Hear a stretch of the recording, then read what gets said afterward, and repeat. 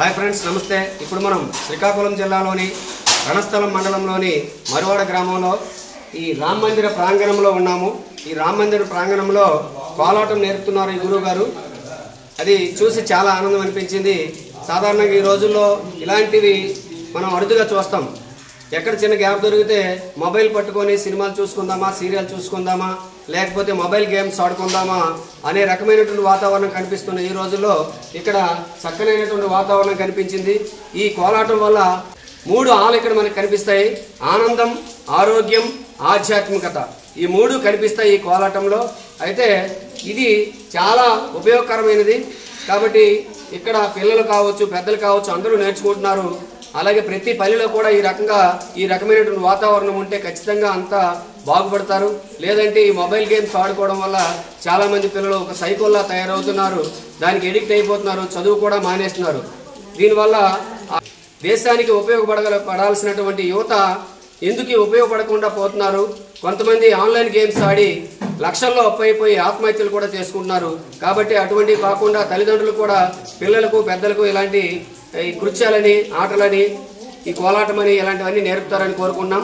గురుగారు నమస్తే అండి. మరి ఇటువంటి కళను మీరు నేర్పుతున్నందుకు మీకు ప్రత్యేక ధన్యవాదాలండి. మీ పేరు గురుగారు? నా పేరు రెడ్డి సత్యనారాయణ అండి. రెడ్డి సత్యనారాయణ. మా జోగ్రఫీ అండి. నెల్లిమర్ల మండలం, విజయనగరం జిల్లా సార్. నెల్లిమర్ల మండలం, విజయనగరం జిల్లా. మీరు ఎలా కోలాటం ఎన్ని గ్రామాల్లో నేర్పుతున్నారండి? ఇప్పుడు మినిమం 18 బ్యాచ్లు ఉన్నాయి సార్. 18 బ్యాచ్లు ఉన్నాయి సార్. 18 గ్రూపులు ఉన్నాయి. 18 గ్రూపులు ఉన్నాయి సార్. ఇందులో బాగా ఎక్స్పర్ట్స్ అయినటువంటి గ్రూపులు ఎన్ని ఉన్నాయి? ఎక్స్పర్ట్ అయినా ఉన్నాయి. అన్ని సేమ్ సార్. అన్ని బాగా.